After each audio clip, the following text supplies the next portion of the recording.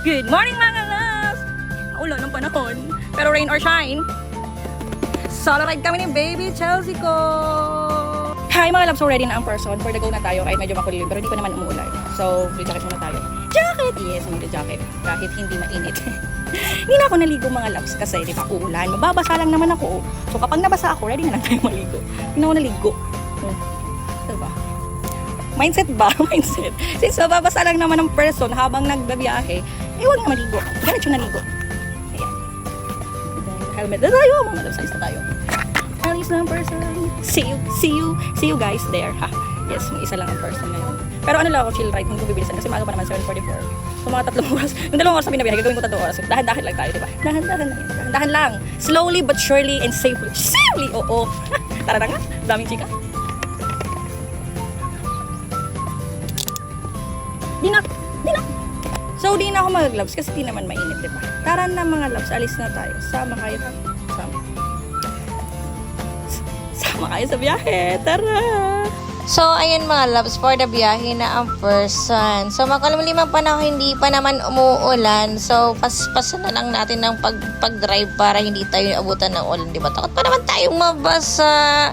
So, mga loves, malapit na ako makarating sa Dunsol. Opo, mga loves, Dunsol po ang ating destination. So, hi mga loves, nandito na pala ako sa Siargao. Ay, Dunsol lang pala mga loves. Sa Dunsol. Ito lang apap. So, ayan, for the biyahe na ulit tayo. Pagkatapos natin magtambay doon sa tulay-tulay na yun kasi wala naman palang apam. So, for the alis na tayo. So, diretso na ulit tayo magbiyahe papunta sa Santa Cruz, Dunsol, Sorsogon. Kasi mga loves, ang pupuntahan ko talaga is fiesta. Opo, wala na po kasing makakain sa bahay kaya makikifiesta ang person. At least malagyan man lamang ng mantika ang ating bibig kahit paminsan-minsan lang. Kaya kahit maggastos tayo ng 150 gasolina, makikain na lang tayo. O diba? I-worth it natin yung 150 nating uubusin sa gas, uubusin natin ang ulam doon sa piyestahan. Papamantikain natin ng ating lips. For the go tayo dyan mga loves. So mga loves, may pag pupunta pala kayo sa Santa Cruz, papuntang Piuduran, may madadaanan kayo dito tinatawag na overlooking. Nag-stop talaga mga tao dito para lang mamasdan ng gandang view. Ayan, dito po, overlooking ang tawag dito. Maganda kasi ang view dito mga person. Kitang-kita mo ang buong barangay na Santa Cruz at ang karagatang napakaganda. Ayan. So, yun mga loves, wala akong taga-video at picture. So, ayan yung view, diba? Diba? Breathtaking ang view lang. So, ayan man lang mga loves, sumaba ako doon sa motor and ikot-ikot lang tayo. Kunting tambay lang dito sa overlooking yan. Maganda view dito mga loves, kung mapadaan kayo, picture-picture kayo. So, after nun, diretso ulit mag-drive, papunta na doon sa Barangay Santa Cruz at tanghali na, gutom na ang person, kailangan na niyang makikilapang makikain, di ba? Ang ganda-ganda loves ng nang may pupunta sa kanila. By the way, mga loves, yung Barangay Santa Cruz pala nandun, so doon ako unang na destinong magturo. So, yun yung first station ko bilang isang teacher. So, matagal din ako dito nagturo mga loves, mga 5 to 6 years din. Kaya at home ako dito sa lugar na ito. So, ngayon, after ng ilang years, babalik ako sa lugar na ito para lang makipiesta. Charis. Actually, mga loves, pumunta ako dito para magpakita sa mga old friends ko, di ba? Kasi talaga ako, kahit malayo yan, basta mga friends ko, pupuntahan ko yan. Actually, hindi talaga yung pagkain yung punta ko dito, mga loves. Is yung mga kaibigan ko talaga. Gusto ko silang makita. And talagang nagbibigay talaga ako ng time and efforts para lang maipakita ko yung pagmamahal ko sa mga friends ko. Ganun po talaga ako. Ganun po talaga ako kasi kapag ang tawag doon, pag pupunta ka sa mga special occasion nila, for sure sila ganun din. Pupuntahan ka din nila kapag may special occasion sa inyo. So ito na yung papasok dito sa Barangay Santa Cruz mga love. Tingnan nyo naman. Welcome to Tamisan Festival Santa Cruz, Dunsol, Sorsogon. So mga loves, yung Barangay Santa Cruz na Dunsol, Sorsogon, makakabili kayo dito ng mga super duper lalaking pusit. Opo, kaya Tamisan Festival mga loves ang tawag dito. Kasi nga dito nabibili yung mga malaking pusit na ang tawag ay Tamisan. So tingnan nyo naman, fiestang fiesta ang dating maraming banderitas. Oo, probinsya ang peg, di ba mga loves? Nami-miss nyo diba? Nami-miss nyo din ba yung mga panahon na napupunta kayo sa fiestaan? Actually, ngayon lang ako nag-fiesta. Sa tagal din ng panahon. Ayun, kasi actually, bakante lang naman ng oras ni Ma'am Love at gusto ko din naman mag-grades at magrabas. Kaya naman pumunta ako dito sa Santa Cruz. Ayan. So may ilang bahay tayong bibisitahin mga loves para makilafang, makikain. Ayan.